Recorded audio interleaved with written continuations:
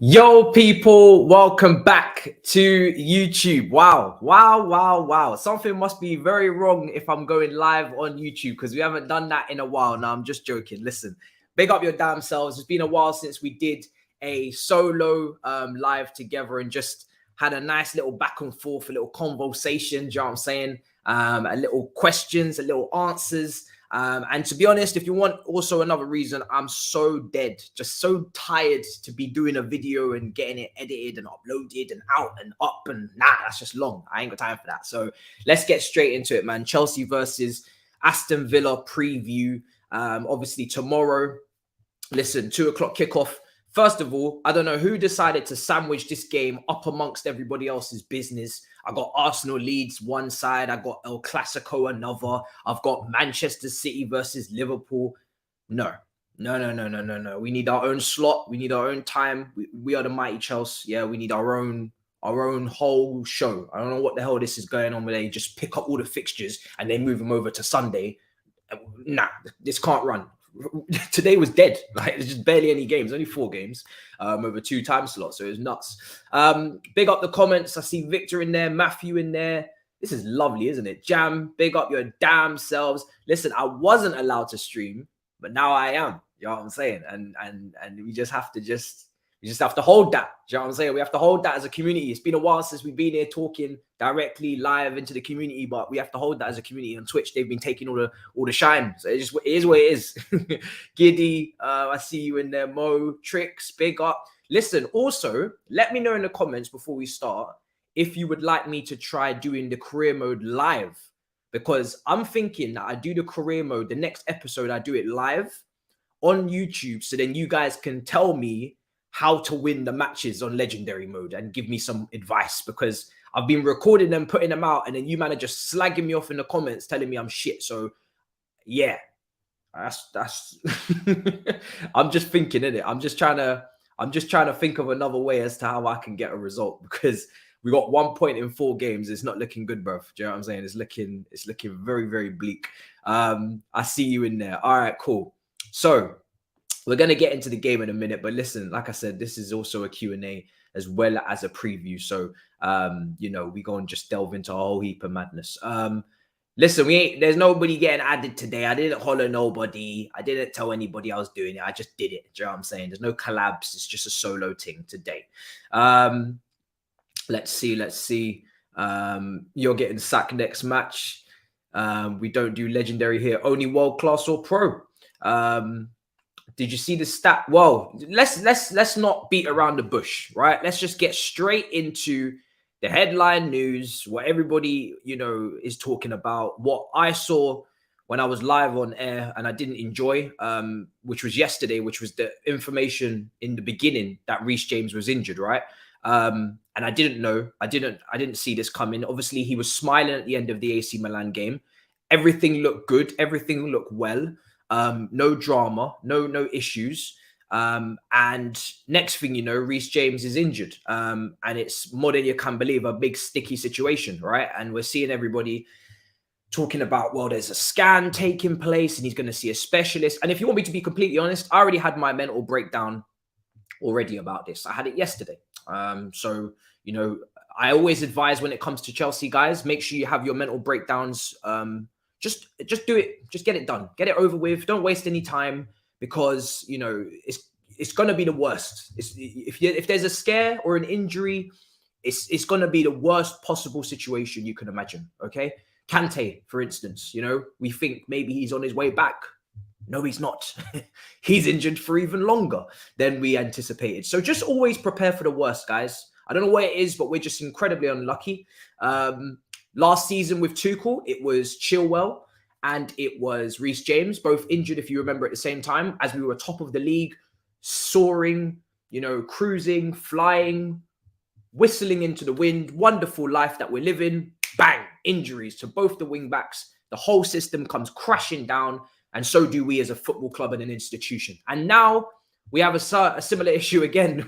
Hopefully it's not going to have such a dramatic impact on the team, but no one ever wants to see anybody injured, because, you know, a fully fit squad is the best way to compete. But when it's a integral key player like Reece, then wow, you know, you may as well just hang it up. Do you know what I'm saying? So this is a big scare. But like I said, I had my mental breakdown yesterday because I kind of knew it was going to be bad news in my heart and soul. I just knew.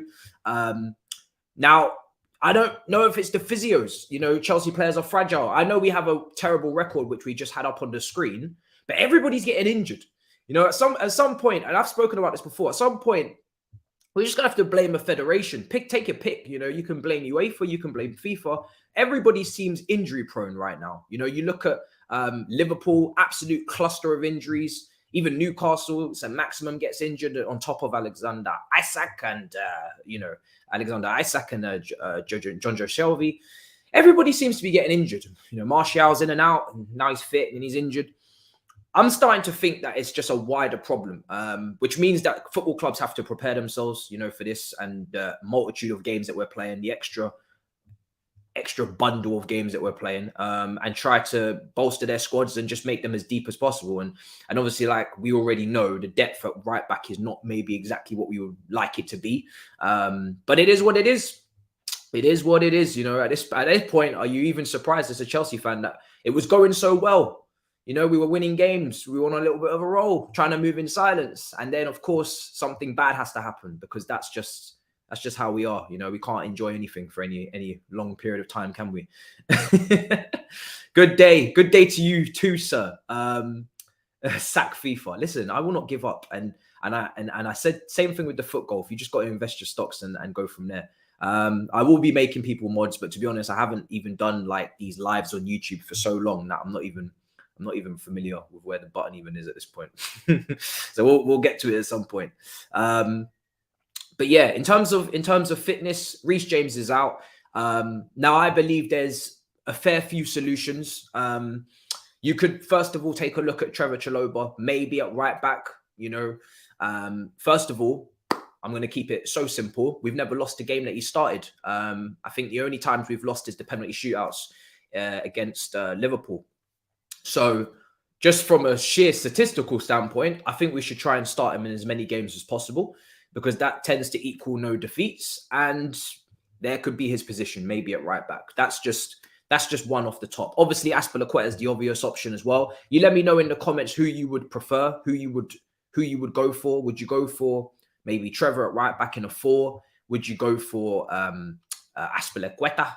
Cesar Azpilicueta at right back in a 4 or at wing back? We saw him against Wolves. He was very good against Wolves, to be very fair to him. I didn't expect that performance to come, but he did put out a great performance. Can he do that over a long period of time, week in, week out, 2 games a week? That is where I probably would have my doubts. You have Loftus-Cheek, who played wing back, I believe, against Tottenham as well. In the home game earlier in the season, he looked very good. But the one thing I will say about moving Loftus-Cheek is that it takes out some depth and cover in the midfield. And we need that cover because ding, ding, ding, ding, ding, the midfield is injury prone and there's a lack of depth there. And he's been playing really well there as well. So yeah, we seem to have found ourselves in quite a pickle. Seem to have found ourselves in quite a mess. But yeah, taking him away from there only just weakens that area, doesn't it? And then it's just a conveyor belt of BS, really. So yeah, it's nuts. Yes, it's been time. Big up, bro. Big up, Olu. So some people are going with Ruben Loftus-Cheek. Some people are going with Aspie. Some people are going with Trevor. Make sure you smash up the likes if you can as well. Big up. That'd be much appreciated, especially for our first solo live in God knows when, maybe months. Let's see. Aspie can't play every 3 games. I agree. I 100% agree. Aston Villa. I mean, Aston Villa will probably... They'll probably play Coutinho out there. Let me take a look at Aston Villa's expected lineup, and I'll read that out to you, and maybe that will help with your decision-making. Aston Villa, by the way, I don't think they've lost in 4 matches. I just want to quickly check that, but I don't think they've lost in 4 matches. So I don't want to come on here and give it too much chest about the confidence levels going into Villa. Obviously, we're playing really well. We're in good form. We're playing good football, winning games, scoring goals. Aubameyang's in good form. Mason Mount's back to his very best. Pulisic played well last weekend. Sterling's been a little bit up and down, but at least you can say there's some competition. So the defense has been keeping clean sheets. Kepa's in good form. So everything points towards a good day at the office. But like I said, and it is true, I think they have not. Yes, they actually haven't lost a game in 4. 3 draws and a win. 1 win against Southampton at Villa Park. Drew at home to City. Drew away from home to a 10-man Leeds, and a 1-1 draw against Nottingham Forest. They're still underperforming, in my opinion, based on the quality that they have in their squad. They shouldn't be down in 16th place. So Gerrard still needs to kind of pull them out of the trenches a little bit. But they have a good team. They're unbeaten in 4. And their home record this season, I think, if I stand corrected, they've only lost 1 game at home this season. Everything else is, the defeats have really been away from home. That home defeat was against West Ham. So yeah, it's not gonna be a game where, you know, we just look at it and say, oh, you know, that's a walk in the park. I'm sure Aston Villa have got a little bit of a point to prove and would like to do some sort of damage. But like I said, we should be able to do the business, boys and lassies. Let's take a look quickly at their expected team. I'm going to use SofaScore for this. It is not a sponsor, but if you lot would like to get in touch, nobody is going to tell you no, because I'd be using this app anyway. Let's see. Right. Let's go for it. So this is their expected lineup from an opposition standpoint. They've got Martinez in goal. They've gone with Matty Cash, Konza, Mings, Ashley Young at left back. So interesting. Then they've gone with McGinn, Douglas Luiz, Ramsey, Buendia, Coutinho, and Ollie Watkins.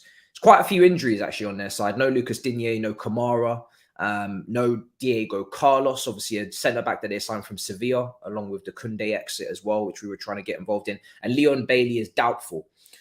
So quite a few injuries on their side, as well as us. Obviously, Kante, James, Fofana, and Ziyech is a doubt as well.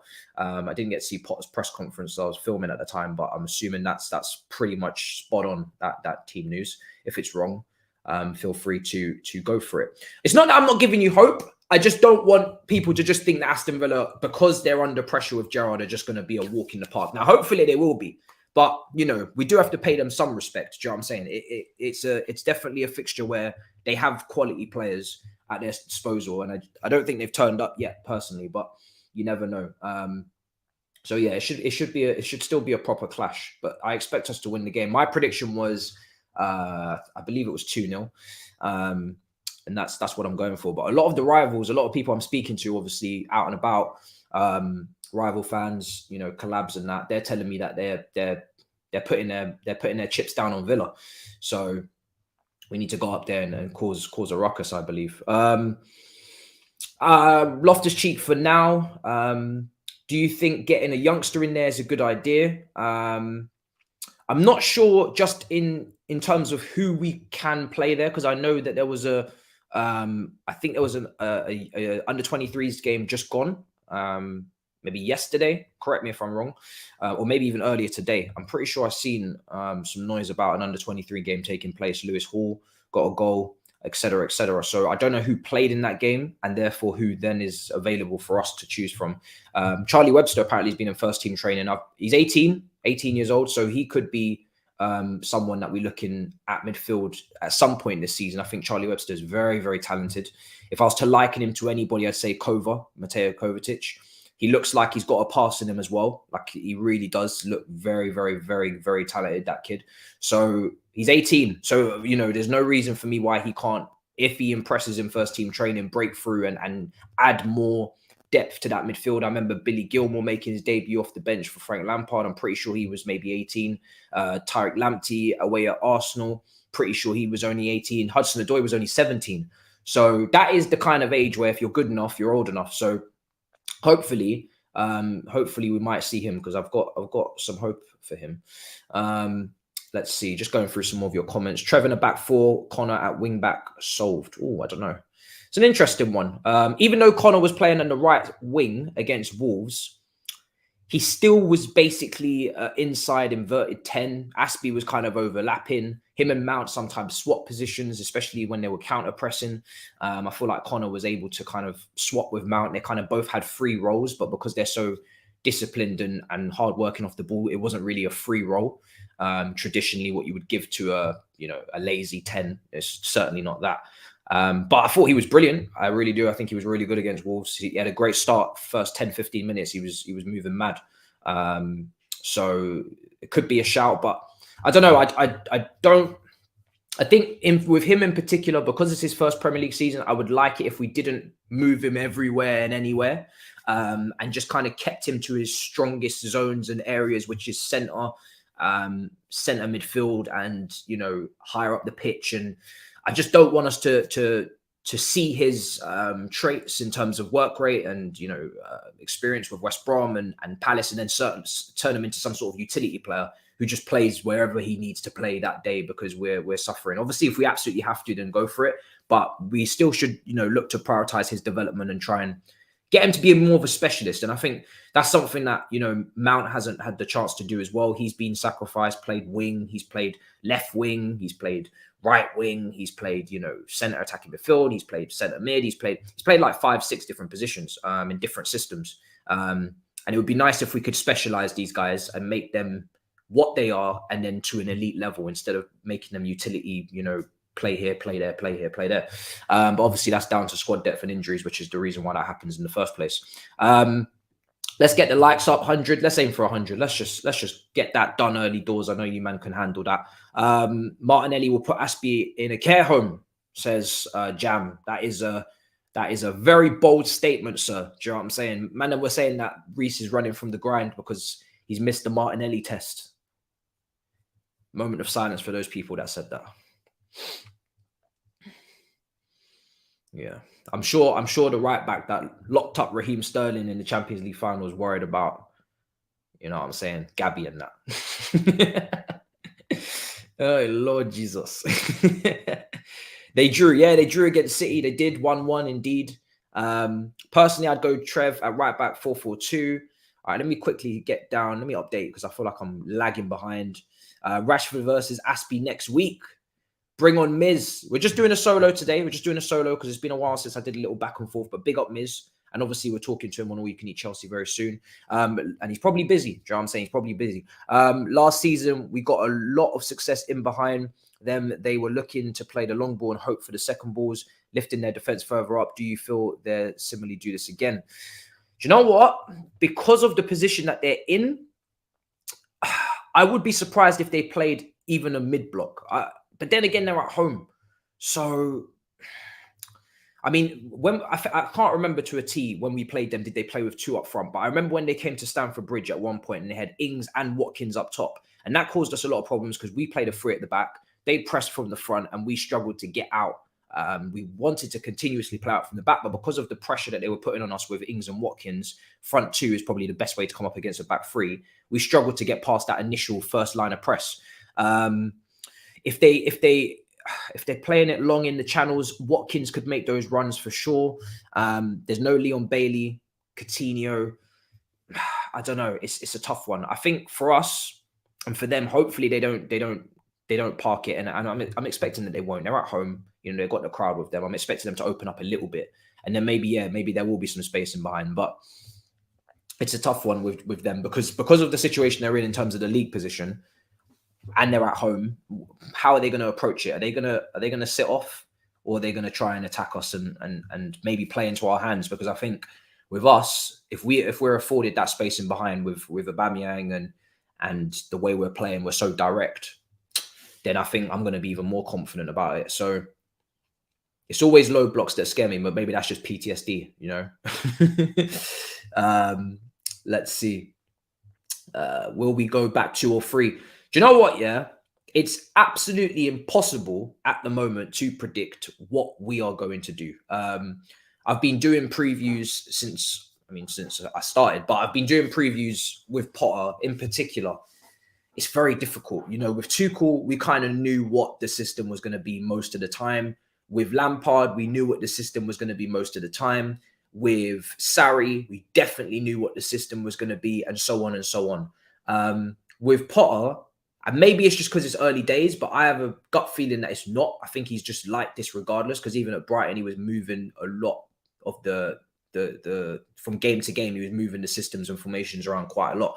I don't know what to expect, and I don't know what to predict. So we're kind of always just shooting in the dark, really, because you just don't know what he's going to put out there. He could go over back three, he could go over back four. I think it's all dependent on what he sees tactically with maybe the opposition coaches as well, how he sees Villa, and the best way to square up against them. Villa are looking like they're going to play in that expected team there. Coutinho up there with Watkins and Buendia. And Buendia's been playing well. A lot of Villa fans tell me he's been playing really well for them. So if that's the front three, and then it's backed up with another three in McGinn, Louise, and Ramsey, it depends how wide Coutinho and Buendia are going to be. If they're going to be tucked in as inside tens, then it's a different conversation as to whether they're going to be really wide. So I'm not sure. I'm not sure, guys. It's going to be interesting, but I'm excited as always. Our expected team is I mean, it's there. I don't really know how much we should really read into it, to be honest. And let me know your team in the comments down below, who you would start.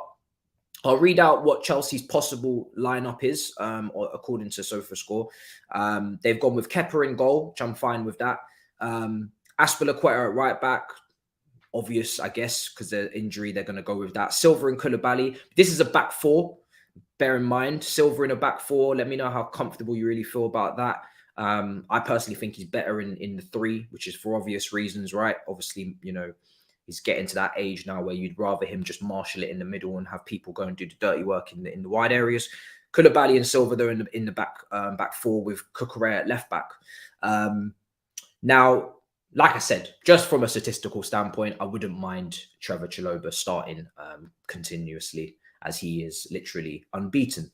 You've got Jorginho and Kova, which I think is probably quite likely, but depending on Loftus-Cheek, because he's been playing really well as well. So if Loftus-Cheek isn't going to play at right wing back, then he could get in that pivot. But it's between those three, because obviously there's no Kante. And then you've got Mason Mount, Sterling. They've gone with a 4-2-2-2. They've got Mason Mount, Sterling in the 10s. And then they've got Aubameyang and Kai Havertz up front. Is Sterling's position guaranteed as well? I would say that it's, I don't know. I mean, it should be because of the quality of the player, but Pulisic did play well at Wolves. But you would still probably say that Sterling should probably keep playing. So he's got a bit of a headache there, but let me know what you think in the comments. Don't worry, we blocked that real quick. In fact, I may even just for that, you've just ruined the party. There we go. No. The settings. I forgot about all this. I can't lie. It's been a while. So yeah. Okay. So let's see what you guys are telling me. No, I didn't say James was out for a week. No. He was out for a week. When we initially found out James was injured, it was told to us that he was out for a week. And then life changed fast. So yeah, life changed quick. Life changed very, very quickly. Unfortunately for us. So it is what it is. All right, cool. Yeah, don't worry. That spam won't be continuing. Let's see.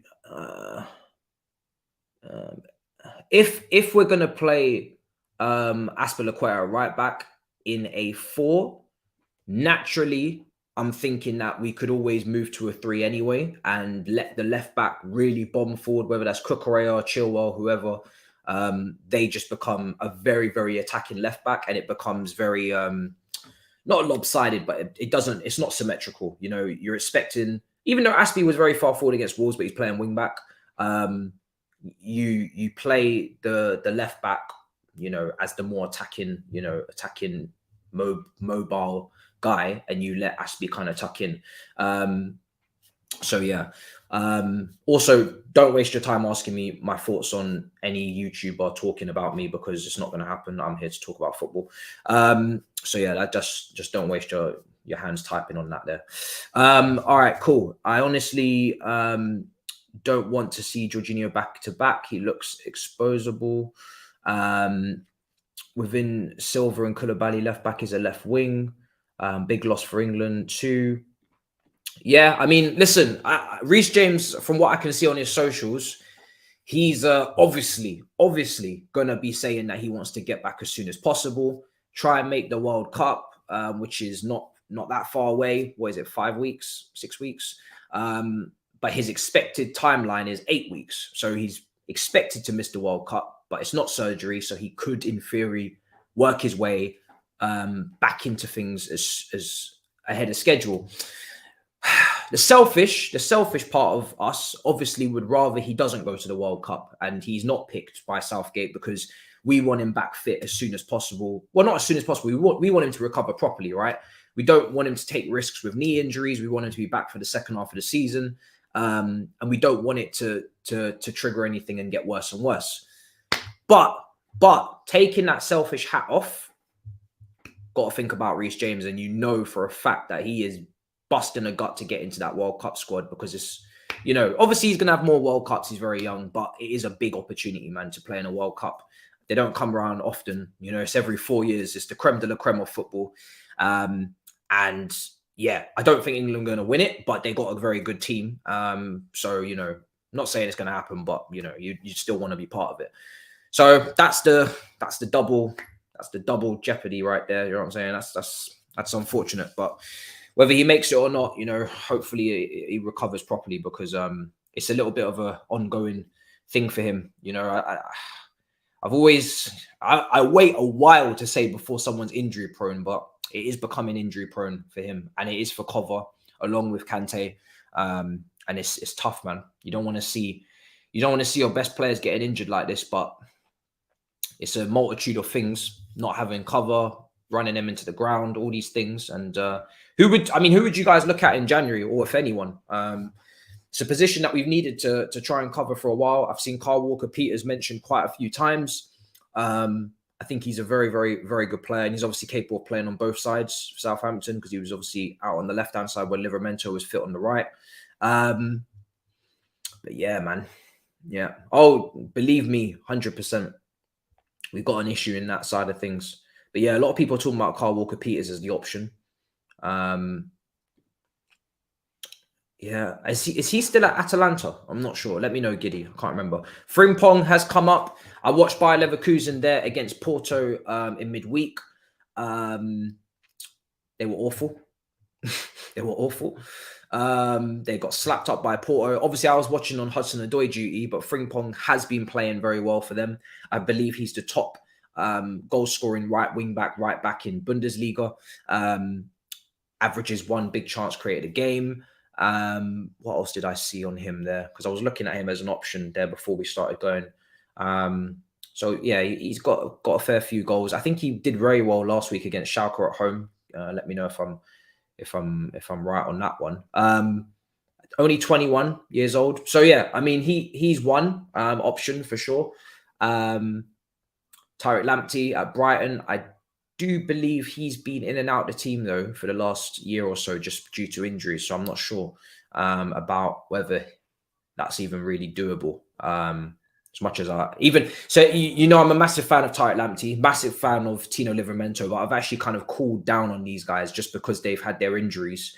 They probably need to have regular game time, and they'll get it. You know, this is what's so nuts is when we was looking at this position, people were saying, oh, well, you know, if you bring in a very good player, why would they want to play back up to Reece James? First of all, Reece James needs rest because, as you can see, he gets injured, and, you know, it's a very taxing position that he plays. If he's playing at wing back, he's got to occupy the whole right hand side, and etc. etc. But also with James, he can play other positions. You know, if we had someone that we trusted that didn't take away from the team and also wasn't Aspie in terms of playing once a week and having worries about playing twice a week, and was just a little bit more of a forward-thinking modern day wing back, and was quick and could maybe even dribble past players, etc., like a Frimpong that you're saying, then maybe. And I'm not saying that this is the evolution of him, because I love him where he's playing and he gets into the final third and he scores goals for us, James. But you could even say that James could become potentially midfield depth.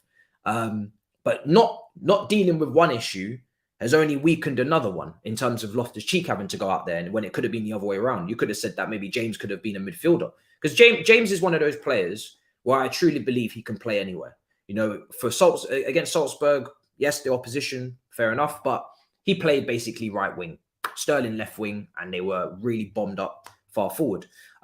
He's played right side centre back in a 3. He's played right back in a 4. He's played wing back. He's played midfield for Wigan. This guy is so good at football. He can really just play anywhere. And when you look at Cobham as a whole in terms of the players coming through, they tend to be very versatile. They tend to be able to play in different systems, different positions. Trevor Chalobah, he must have played about 3-4 different positions out on loan at Lorient. Mason Mount played loads of different positions.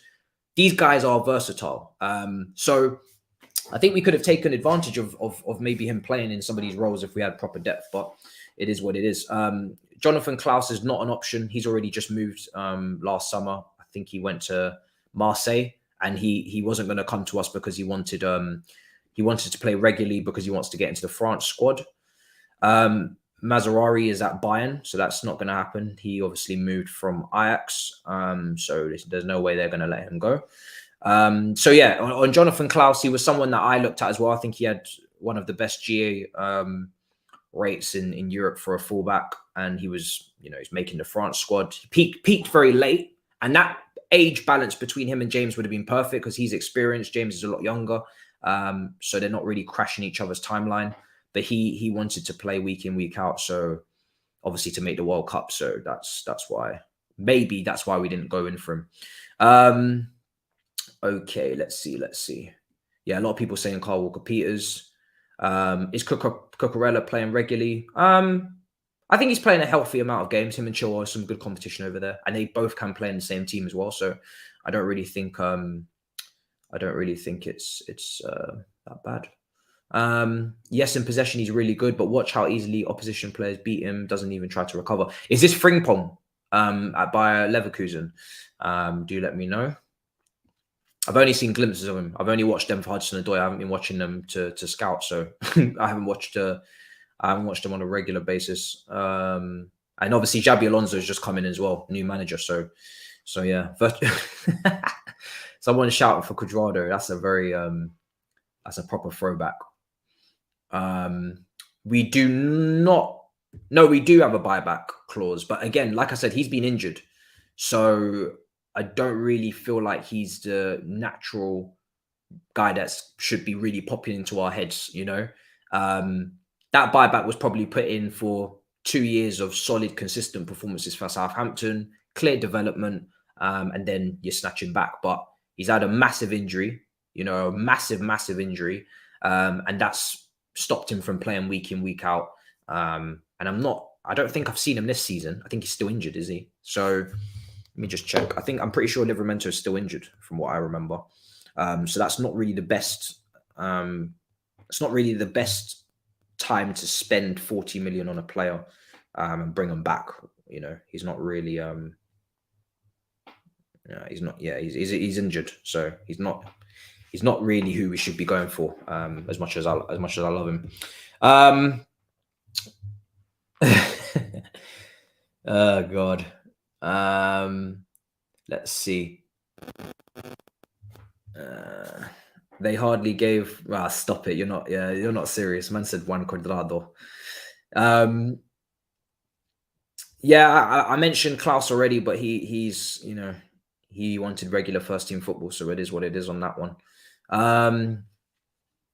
So that's one issue in the team, but we'll see how that goes. Also midfield, it looks like Zakaria. I mean, what's everybody's opinion on this Zakaria thing? Because it's tough, right, for him because he's not played. So as much as I don't think he's some world-class midfielder that's, first of all, probably wasn't top of our list. We kind of just went and got him in deadline day, and we scattered around and we tried to get Alvarez, and then we went and got Zakaria, and then we just kind of just did whatever we could, and then we brought him in. And he also wants to make it very clear that he is not a wing back. But because he hasn't played a match, there's nothing you can really say about him. You don't know if he's good enough or if he has this insane impact on the team or this insane rise. He'll probably go in January for sure, but he's not even played a game. And now I'm starting to forget that he's even an option because he is there. So that does provide depth, but it's obviously, I can't say it's a Saúl Ñíguez because Saúl Ñíguez when he played was not good. Zakaria hasn't played, so I can't say that he's not good for us because you know, I always believe in whenever a player joins the club, regardless of what you thought of them before they joined and whether you wanted them or not, you just give them a fresh start, a fresh break, and you say that anything can happen because anything can happen. They might just come into your team regardless of them not being great elsewhere, and they could just absolutely tear it up. But I can't go one way or the other with him because he's not even played, so I don't know what's going on.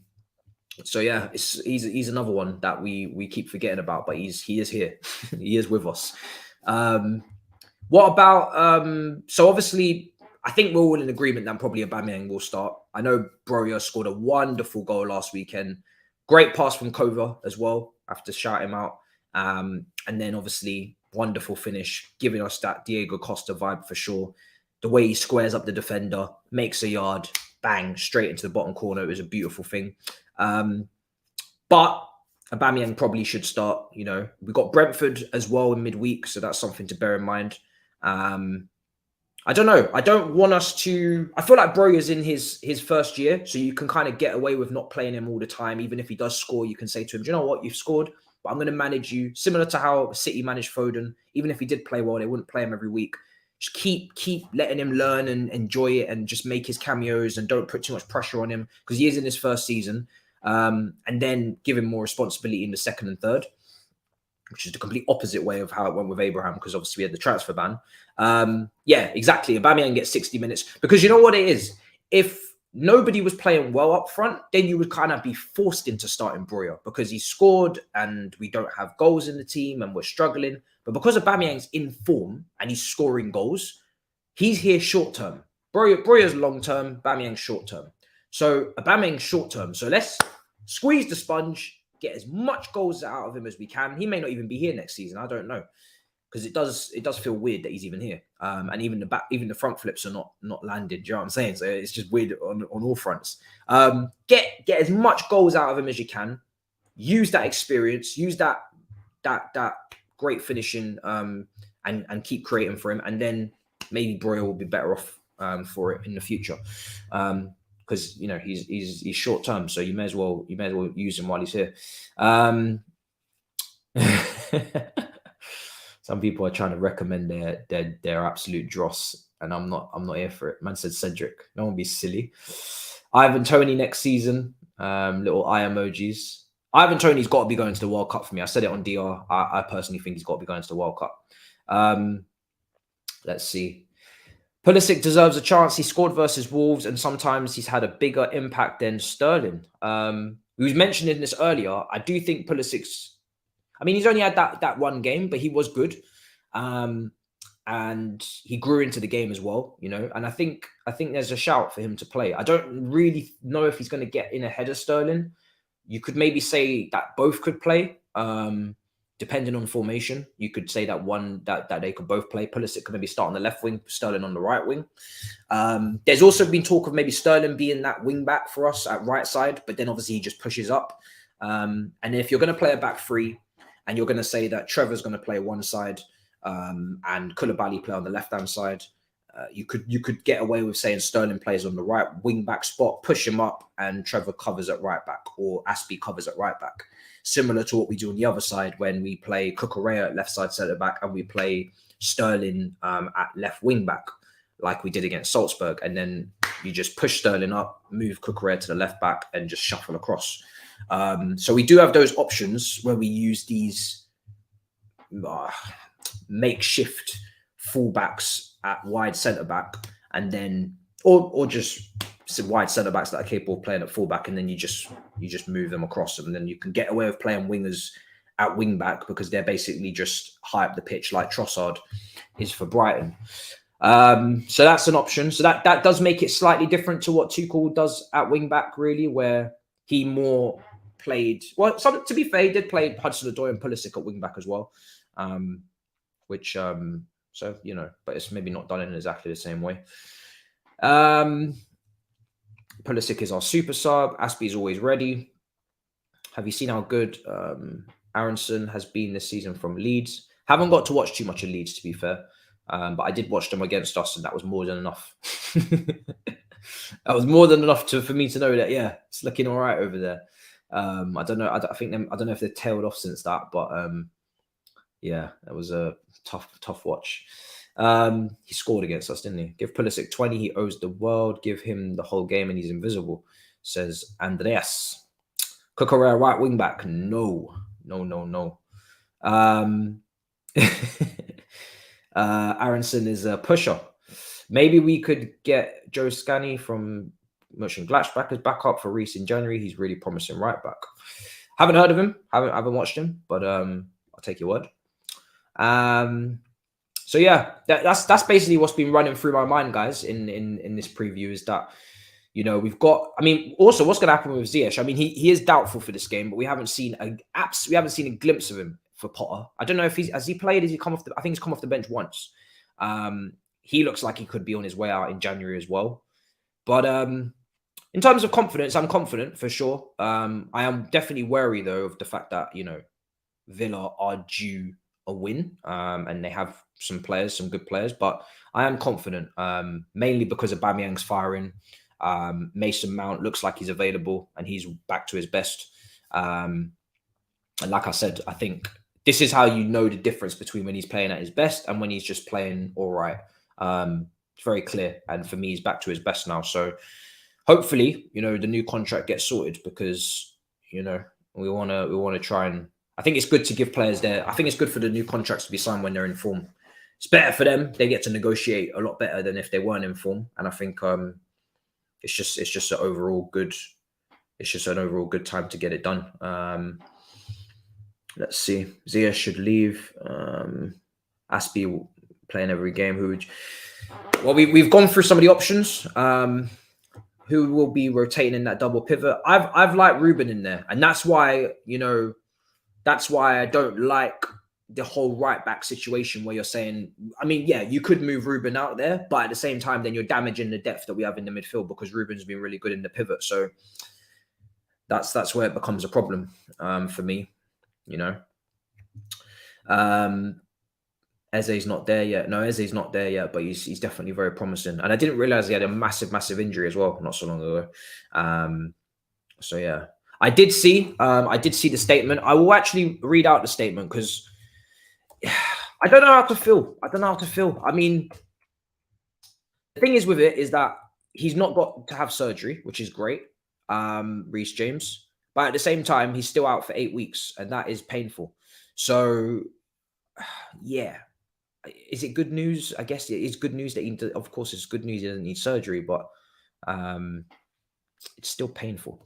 It says, following the knee injury sustained in our away match against AC Milan, Reece James has received treatment from the Chelsea medical department and visited a specialist this weekend. After consultation between all parties, Reece will now undergo a rehabilitation program and is expected to be out for 8 weeks. So that rules him out of our fixtures, like we said. And yeah, you know, World Cup in the balance. It's the only downside with Reece, isn't it, is the injuries. We just can't seem to keep him fit consistently for a season. And this applies to last season, because to be honest, the only reason, in my opinion, why there's any doubt about who the best right back is in this country is because he got injured last season. If he had stayed fit last season for the entirety of the season, I think he would have won Player of the Year for us, just based on his contributions when he was fit. If he had continued that, and I think he would have been easily crowned as the best right back in the country.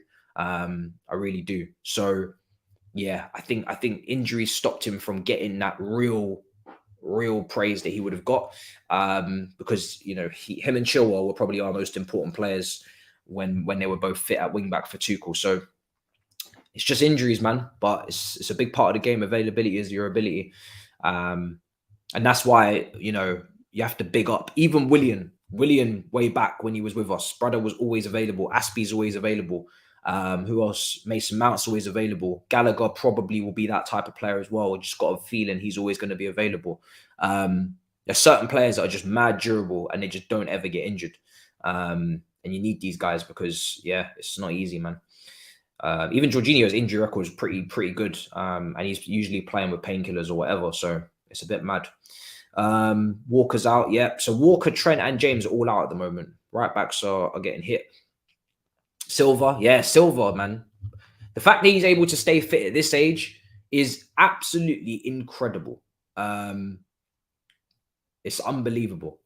The sponsor for yesterday's stream won a fight on Twitch. Yeah. I forgot that event was even taking place today, but yeah, no surprise.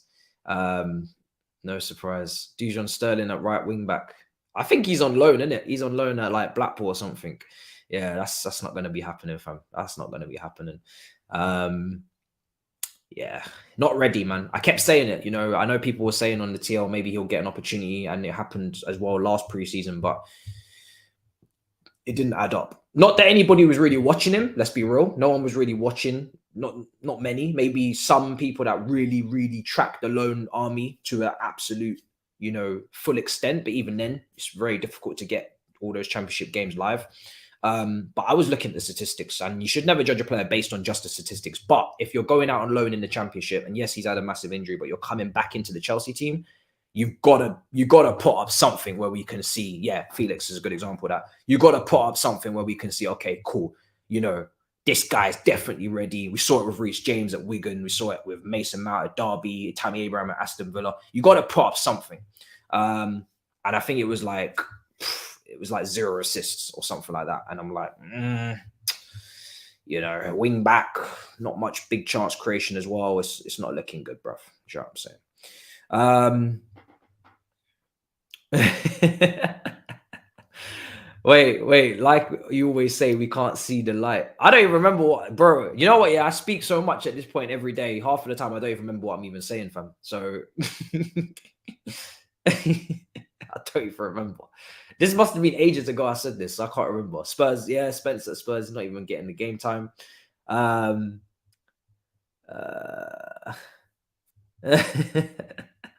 Don't remind me. Of course. Yeah, I mean, I've been here in it. We've done a couple lives here and there. You guys have seen it. Battle of the North, All You Can Eat Chelsea was live.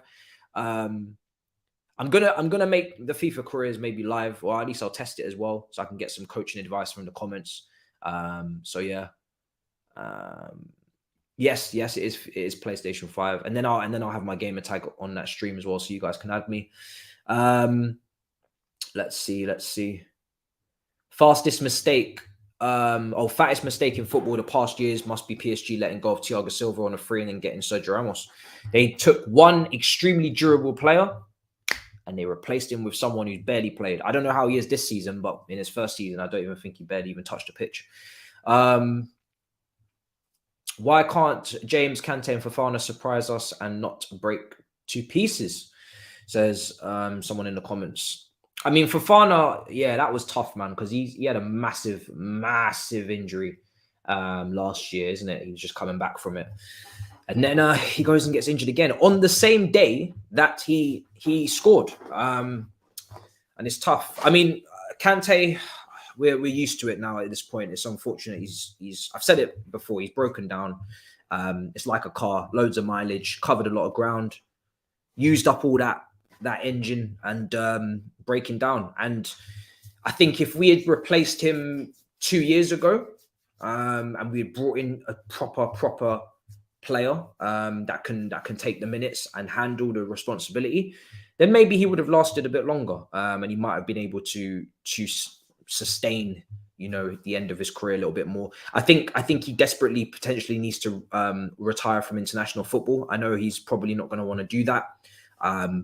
But he does need to retire from France, I think, and really just take his schedule and just really condense it down to just club football. But yeah, I mean, you know my thoughts. You know, I wouldn't really be giving out new contracts to him this season. I think it's time where we replace and replenish the midfield.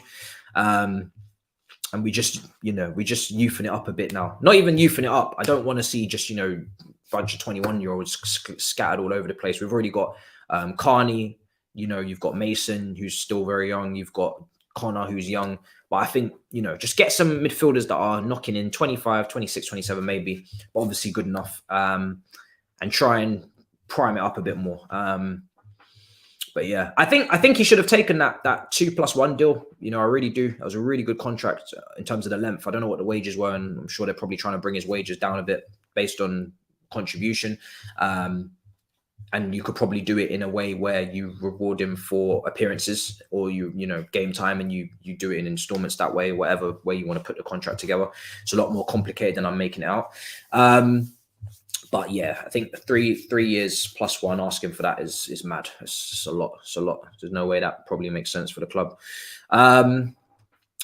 So yeah, let's see. He can. I always have this battle with everybody in the comments when I say to them, look, his time is coming to an end, in my opinion. They always say, well, you know, he's one of the best in the world. He can win you this, he can win you that. And I get you. He was brilliant against Tottenham. I think he was one of the best players at home to Tottenham. But you can't win these big trophies if he's not available for a significant amount of time for him to contribute enough to winning these trophies. So, you know, that's just the way the cookie crumbles, unfortunately. I mean, personally, I've never seen Cucurella play right back in my life, and he's left-footed, and I never really see left-footers in the modern game over there, because there's not even a lot of them as it is. So you tend to just play them on the left. I don't really think he'd become a right back, bro, to be honest. So yeah. He's already signed. He's I think I'm pretty, yeah, he's already signed. One box-to-box midfielder. I mean, obviously, you know, people love this Bellingham talk. I think for me personally, I'd expect Bellingham to end up at Real Madrid or Manchester City, purely because I think we've got quite a lot of, I mean, listen, I don't know, because Todd Bowie's moving mad. So I'm not going to rule it out completely, because he's one of these guys that will just, at the moment, put the money down and say nothing. Do you know what I'm saying? But I do believe he could join Hairline at City to replace maybe a Gundogan, who's been linked with moves away. Bernardo Silva's always been linked with moves away. He could replace him in the centre of midfield.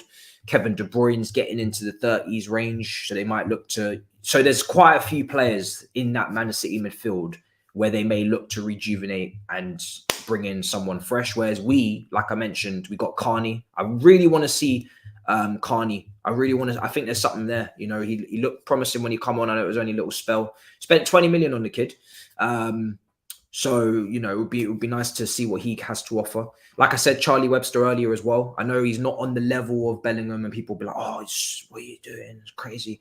But like I said, we don't need really young box-to-box midfielders. We've actually got quite a few. So really, we're not as high up in terms of needs and wants in relation to that. Whereas City, you could make a case where they're more likely to splash the cash on it. But yeah, I think we need a holding midfielder first. You know, that's all I'll say to that. If we get a holding midfielder or two, and then you get a Bellingham, then great. But if you neglect the holding midfield position again, and you don't have the depth there that's needed, and you don't have the balance in the midfield, then someone like Bellingham, you know, he's going to end up doing more defensive dog work than actually getting what you want from him, which is him arriving in the box and being a proper box-to-box midfielder. Who else is there? So you have that issue. And then Real Madrid, I mean, they're just linked with him. So I just, you know, you can't count out them because they're just wild, innit? You know, they're future-proof in their midfield. I think he'd be the last step, you know, and you take a look at Tchouaméni, who everybody knows, absolutely heartbroken that he's not here because I really wanted him.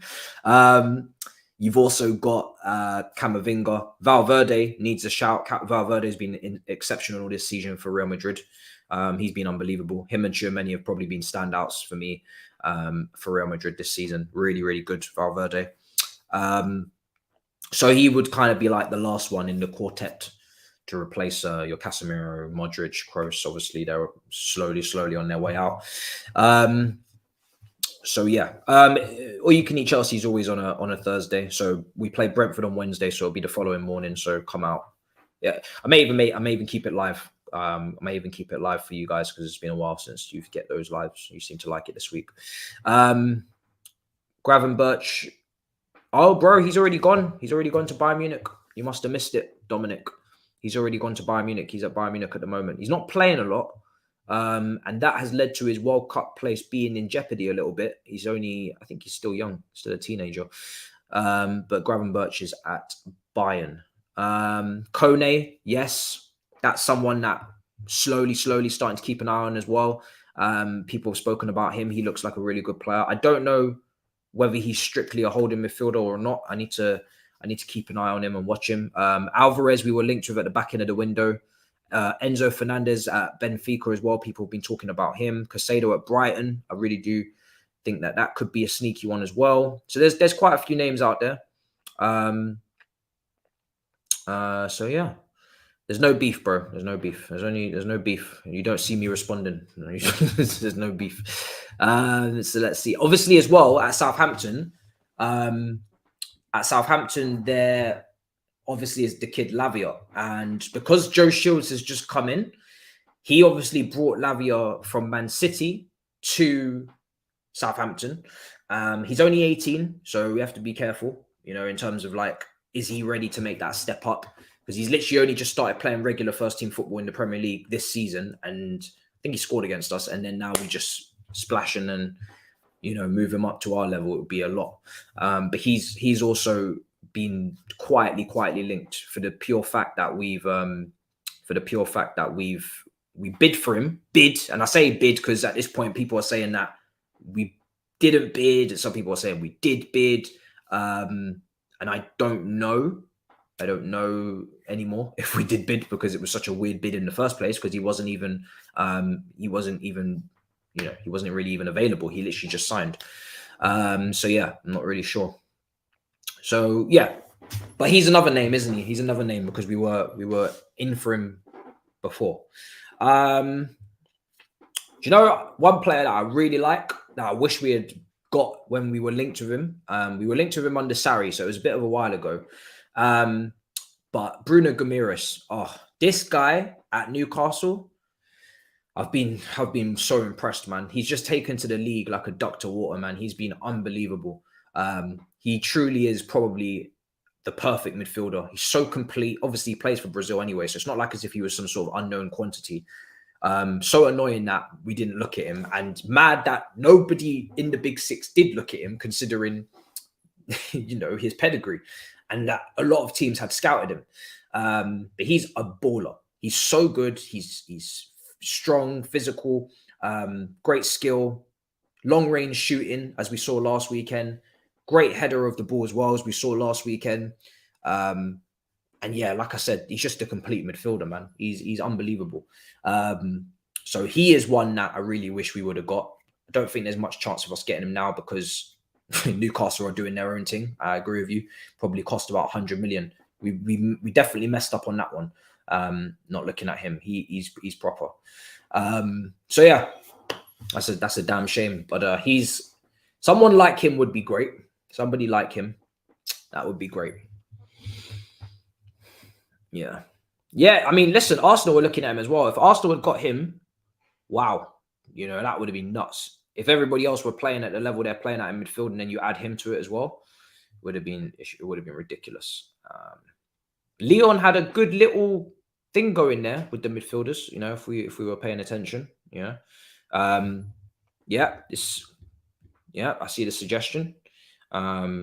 You also had who was it? Paqueta. Yeah. But he's obviously at West Ham now. So, but yeah, the Brazilian national team had some proper midfielders, man. There were some proper midfielders in there. Both of those two players we just mentioned were playing. And obviously, yeah, we got the older Fabinho, Casemiro holding midfielder guys as well. So there's a lot of options.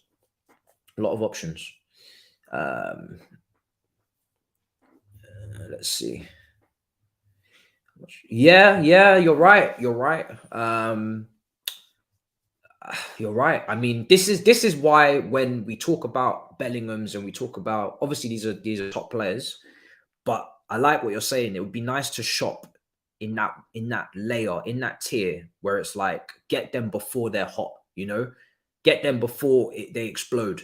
Same with Tchouaméni. He had that great year and a half or whatever it was at Monaco. He was available for 40 million. We knew he was going to be a top midfielder. Like, go and get him strike while the iron's hot. Go and get him before he gets wanted by Real Madrid and, you know, etc., etc. And if you do that, then you save money, and yeah, you still end up with some serious ballers, because otherwise the mid-table teams are mugging us off, man. You know, their scouting is serious in the middle field of the league. They're scouting, they're finding these players, and then they're shipping them off to idiots like us for 100 million when we could have just got them, you know, in the first place. And you know, there's still the point of making sure that you get top players in as well, so you try and maintain a level, and you don't, you know, just continuously become a development club where you're just constantly developing, and you're not actually hitting the top tier of football. But I have to point you to Man City, right? How many players did they sign that were like undisputedly world class? You know, Ruben Diaz was from Benfica. That was an investment. You know, that was a gamble to an extent, but he's turned out great. Bernardo Silva as well, coming from the Portuguese league. Portuguese league's got a lot of talent. You'll see last transfer window, a lot of players left the Portuguese league. So you can do some of these, you know, even Kevin De Bruyne, when they signed him from Wolfsburg, he was obviously talented. We had just let him go. But he wasn't some Galactico blockbuster big name where everyone was like, oh yes, guaranteed hit. They still paid a decent amount of money for him, but you know, so it's a balance. It's a balancing act. You're not going to just every single player is going to be an absolute sure thing. I'm not going to try and pronounce this player's name, but everybody's been telling me a lot about him recently, and you all know that I'm shocking at pronouncing names, so I'm just going to just leave that there. But yeah, he came from that Monaco team. But that was Bernardo Silva really the player at Monaco that everybody was really talking about? I don't remember him being that player that everybody was talking about. Everybody was talking about Mbappe. I think Falcao was there at the time, but he was a lot older. We ended up getting Bakayoko. Fabinho was part of that team as well. Who else was there in that team? I'm trying to think. Yeah, there's quite a few players in that team. Let's see. They had that 1 year where they got to the Champions League. Was it the semi-final? They were like the Ajax at the time. They got the Ajax at the. They were like the Ajax at the time. Thomas Lemar was another one. He ended up going to Atletico Madrid. But yeah, they kind of were like the Ajax team that got to the semi-finals, and we haven't seen them at that stage again. Let's see. They knocked City out. Well, then yeah, no better way to make your statement than to knock out the team that you're going to join. Let's see. Fair enough. Yeah, it's a very good way to audition. A lot of difference of opinion between whether we should go for Rafael Leao or not. I see in the comments. I know off the ball he's not the most hardworking. You can see that just from you know, you can see that statistically. You can see it with the eye test, and you can see it statistically as well.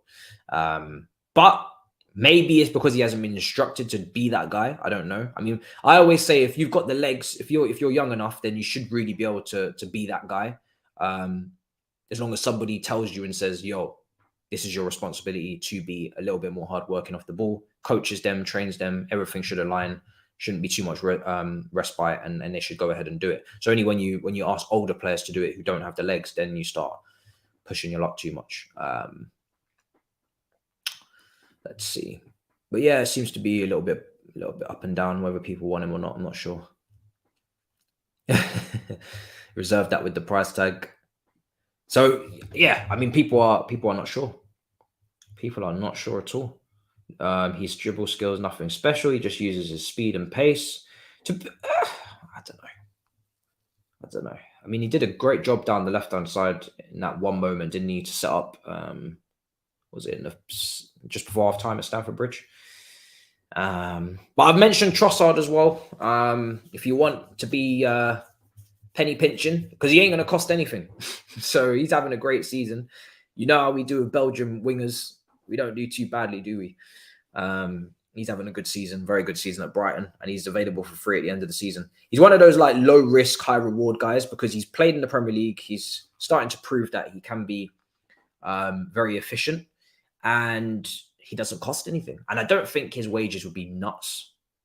So he's like he's just like a player that you just get in, and you, especially if you're going to get rid of Ziyech as well. So yeah, but maybe we can do better. Let's see.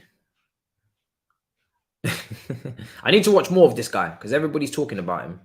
Haven't watched too much of him. But yeah, we're gonna wrap up soon. Purely because it's really late, and I'm not gonna lie, I actually did fall asleep before I even went live because I was at studio and I was just so tired. So, but it is, and we got a big game tomorrow against Villa, so there's a lot going on. But yeah, let me know a couple things, because obviously, like I said, we can do lives on here again, but we're still on Twitch, so make sure you follow that if you haven't followed already.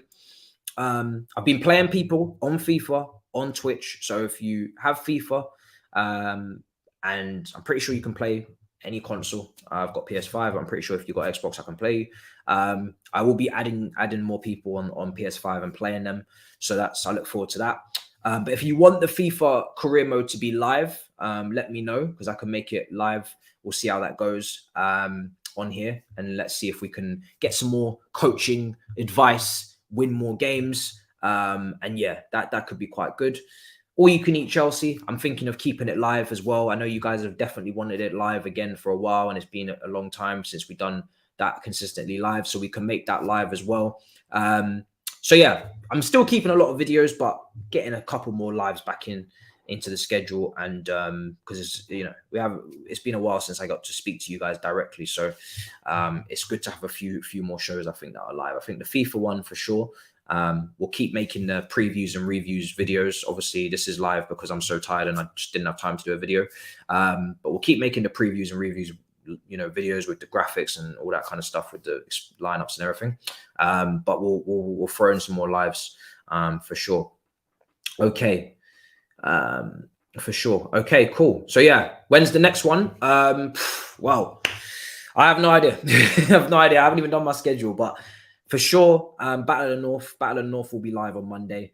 Try to get the roundabout back in there as well on Monday. Try and find Saj. I know some of you guys are missing Saj, so I'm going to try and locate him, see if I can bring him back out of the darkness. I don't know where the man's gone, but yeah, we're going to try and see if we can get him back on some form of content just once, just one time for old sake. Do you know what I'm saying? Because I know that was a combo that a lot of people liked as well. So, but yeah, big up your damn selves. It's been good doing this preview just live one time, and yeah, chatting to you guys directly. It's been good.